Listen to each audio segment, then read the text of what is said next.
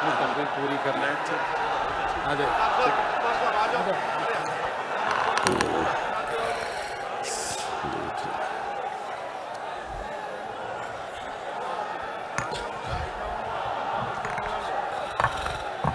بسم اللہ الرحمن الرحیم. الحمد للہ رب العالمین والصلاة والسلام على سید الانبیاء والمرسلین وعلى آلہ وصحبہ اجمعین ومن تبعہم بإحسان الى یوم الدین. اس پروگرام کے میزبان خصوصی محترم المقام جناب بیرسٹر اسد الدین اویسی صاحب، حضرات علماء کرام، ہمارے مشائخ اور بزرگان، محترم بھائیوں اور بہنوں، بڑی اہم باتیں آپ حضرات نے سن لی ہیں. میں صرف 3-4 منٹ میں ایک دو بہت ہی ضروری بات کی طرف متوجہ کرتا ہوں. میری درخواست ہے کہ آپ لوگ تھوڑی دیر خاموشی کے ساتھ سن لیں. پہلی بات یہ ہے کہ بعض لوگ یہ تاثر دے رہے ہیں کہ سپریم کورٹ نے 2 شقوں میں جو وقف ترمیمی قانون پیش کیا گیا تھا اس کی 2 شقوں پر اس نے اعتراض کیا ہے. وقف بائی یوزر کو قبول کر لیا ہے اور وقف کے مینجمنٹ میں مسلمانوں کی نمائندگی ہو اس کو قبول کرنے کا اندیہ دیا ہے. اس لیے اب احتجاج کرنے کی ضرورت نہیں ہے. یاد رکھیے یہ دھوکہ ہے، غلط فہمی. کورٹ نے اس قانون کو ابھی مکمل طور پر رد نہیں کیا ہے بلکہ وقتی راحت دی ہے. ہم یہ ضرور امید رکھتے ہیں کہ ہماری عدالت عالیہ انصاف سے کام لیتے ہوئے اس پورے قانون کو رد کر دے گی، لیکن ابھی ہمیں مطمئن نہیں ہونا ہے. آپ دیکھیے اس قانون میں یہ بات بھی شامل ہے کہ جو لمیٹیشن ایکٹ ہے، کسی زمین پر 12 سال یا اس سے زیادہ کسی کا قبضہ رہا ہو تو وہ زمین اسی قابض کی ملکیت سمجھی جائے گی. وقف کو اس سے مستثنی کیا گیا ہے. اور جو دوسری سرکاری دھارمک سنستھائیں ہیں، مذہبی املاک ہیں، ان کو بھی اس سے مستثنی کیا گیا ہے کہ اگر اس مدت سے طویل قبضہ ہو تب بھی وہ ناجائز ہی قبضہ سمجھا جائے گا. یہ 2013 کے قانون میں بھی اور اس سے پہلے عدالتوں کے فیصلے بھی موجود ہیں کہ لمیٹیشن ایکٹ سے وقف مستثنی ہوگا. اس قانون میں اس استثناء کو ختم کر دیا گیا ہے. اس کا مطلب یہ ہے کہ اوقاف پر جو طویل مدت سے ناجائز قبضے ہیں، 50 سال سے 25 سال سے، جو قابضین ہیں ان کو اس کا مالک سمجھ لیا جائے گا. آپ سوچئے کہ یہ کتنا خطرناک قانون ہے. ملک بھر میں کتنے ہی اوقاف پر ناجائز قبضے ہیں، طویل مدت سے قبضے ہیں، اور بہت سی جگہ وہ لوگ کہ جن کی حکومت بہت پذیرائی کرتی ہے، جو اس ملک کے بڑے سرمایہ دار اور بزنس مین ہیں، انہوں نے وقف کی زمین پر اپنے ہوٹل اور اپنی عمارتیں بنا رکھی ہیں. اگر اس میں تبدیلی نہیں کی جائے تو ان ساری چیزوں پر ان کا قبضہ مان لیا جائے گا. تو آپ اندازہ کیجئے کہ اس سے ہمارے اوقاف کو کتنا نقصان پہنچے گا. وقف کے اس قانون میں یہ بات بھی شامل کر دی گئی کہ جو چیزیں آثار قدیمہ کے تحت آئیں گی وہ وقف کی ملکیت باقی نہیں رہے گی. آپ سوچئے ہماری مکہ مسجد ہے، 300 سال پرانی ہے. اگر گورنمنٹ اس کو آثار قدیمہ میں ڈکلیئر کر دے تو کل ہو کر حکومت یہ کہہ سکتی ہے کہ یہ وقف کی پراپرٹی نہیں ہے. ملکیت نہیں ہے، آپ اس میں نماز نہیں پڑھ سکتے، صرف آپ اس کو دیکھنے کے لیے ایک ٹورسٹ کے طور پر آ سکتے ہیں۔ تو غور کیجئے کہ یہ کتنا خطرناک قانون ہے۔ ابھی بھی اس قانون میں یہ بات باقی ہے کہ کوئی مسلمان جب تک 5 سال سے مسلمان نہ ہو، اس کو اسلام قبول کیے ہوئے 5 سال ہو گیا ہو اور وہ عملی طور پر اسلام کے احکام پر عمل کرتا ہو، اسی کو وقف کرنے کی اجازت ہوگی۔ ظاہر ہے یہ بہت بڑا ظلم ہے، اور یہ لوگوں کو جو شخصی آزادی دی گئی ہے اس کے بھی خلاف ہے۔ اگر کوئی شخص آج مسلمان ہوتا ہے، اللہ نے اس کو بہت ساری دولت دے رکھی ہے، اور وہ چاہتا ہے کہ اپنی آخرت کے لیے اپنی املاک کے کچھ حصے کو وقف کر دے، تو اس قانون کے تحت وہ وقف نہیں کر سکتا۔ ہمارے اس دیش میں ہندوؤں اور مسلمانوں کے درمیان ہمیشہ قومی یکجہتی رہی ہے، بھائی چارے کا تعلق رہا ہے۔ بہت سے مسلمانوں نے ہندو سنستھاؤں کے لیے اپنی زمینیں دان کی ہیں۔ نظام حیدرآباد نے جتنی مدد کی انہوں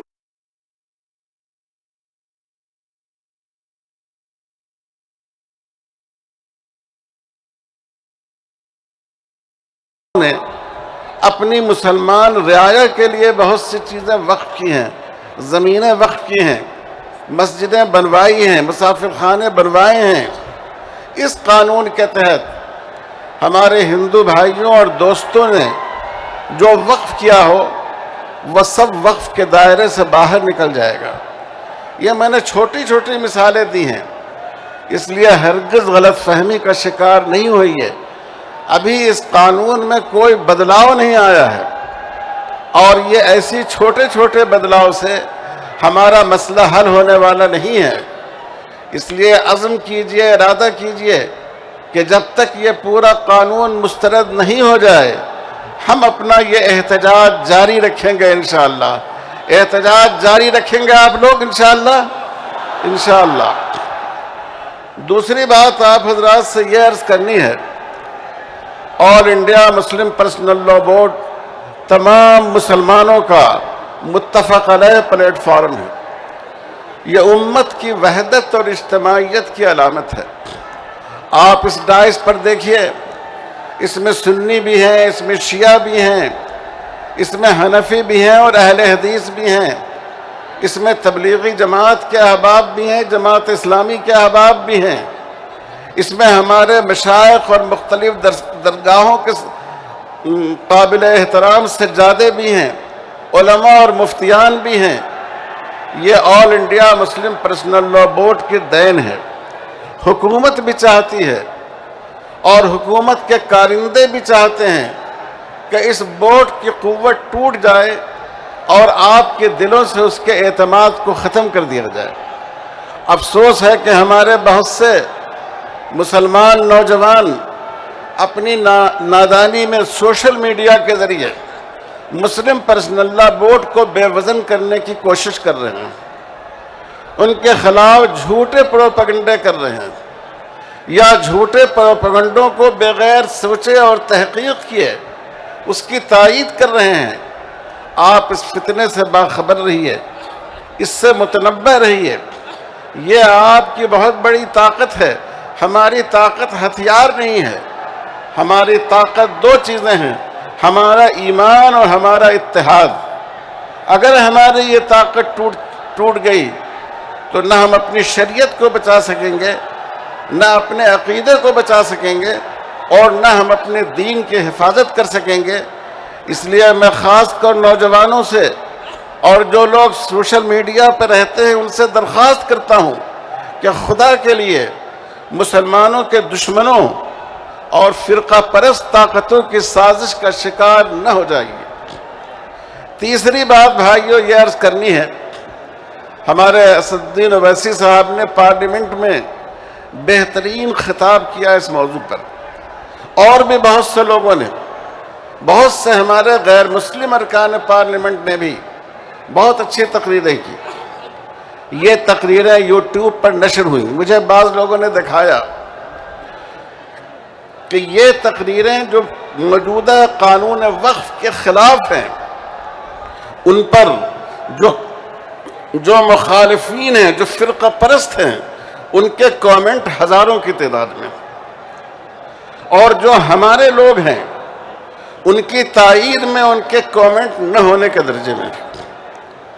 اسی طرح جب کوئی تقریر مسلمانوں کے خلاف، شریعت کے خلاف، مسلم پرسنل لاء کے خلاف کی جاتی ہے اور اس کو سوشل میڈیا پر ڈالا جاتا ہے، تو یہ نفرت کے سوداگر اور فرقہ پرستی کا بیج بونے والے وہ اپنے کامنٹ کے ذریعے اس کو تقویت پہنچاتے ہیں. دیکھنے والا سمجھتا ہے کہ یہی رائے عامہ ہے.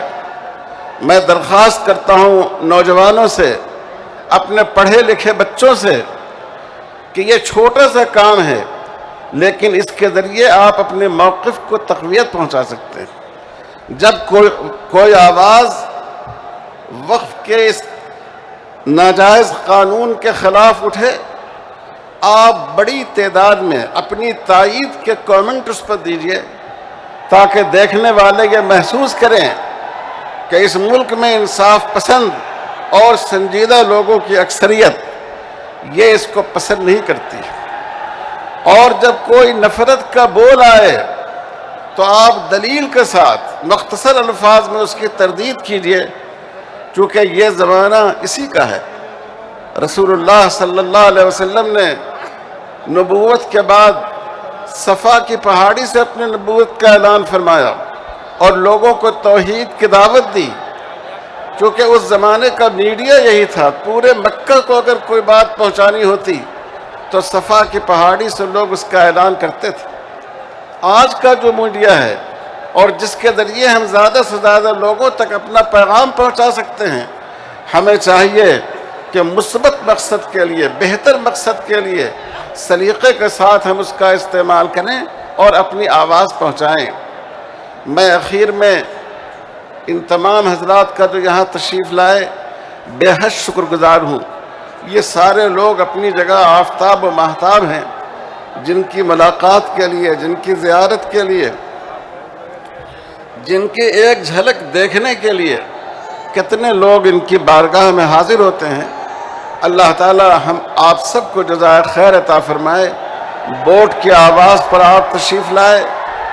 ہم اس اسٹیج سے خاص کر اپنے ان غیر مسلم بھائیوں کا اور ان اپوزیشن پارٹیوں کا بھی شکریہ ادا کرتے ہیں بورڈ کی طرف سے، جنہوں نے اس مسئلے میں پوری قوت کے ساتھ مسلمانوں کی تائید کی اور رات کے 3 بجے تک انہوں نے اپنی نیند خراب کی لیکن پارلیمنٹ میں موجود رہے. اور میں پھر ایک بار مجلس اتحاد المسلمین کا اور اس کے بلند نگاہ صدر جناب بیرسٹر اسدالدین اویسی صاحب کا شکریہ ادا کرتا ہوں کہ اس اہم جلسے کی انہوں نے میزبانی فرمائی اور اتنا بڑا پروگرام یہاں منعقد ہوا. اگر حکومت کے پاس آنکھیں ہوں گی اور اس کی بینائی ختم نہیں ہوئی ہوگی تو وہ اس مجمع کو دیکھ کر ضرور سمجھ سکے گی کہ مسلمان کیا چاہتا ہے اور مسلمانوں کی دل کی آواز کیا ہے. اللہ تعالی ہم سب پر رحم فرمائے. اس ملک میں اپنی پہچان اور شناخت کے ساتھ مسلمانوں کو زندگی گزارنے کا اور رسول اللہ صلی اللہ علیہ وسلم کے دامن نبوت کو اپنے ہاتھوں میں تھام کر جینے کا موقع عطا فرمائے. وصلی اللہ علی خیر خلقہ محمد وعلی آلہ وصحبہ اجمعین والحمد للہ رب العالمین.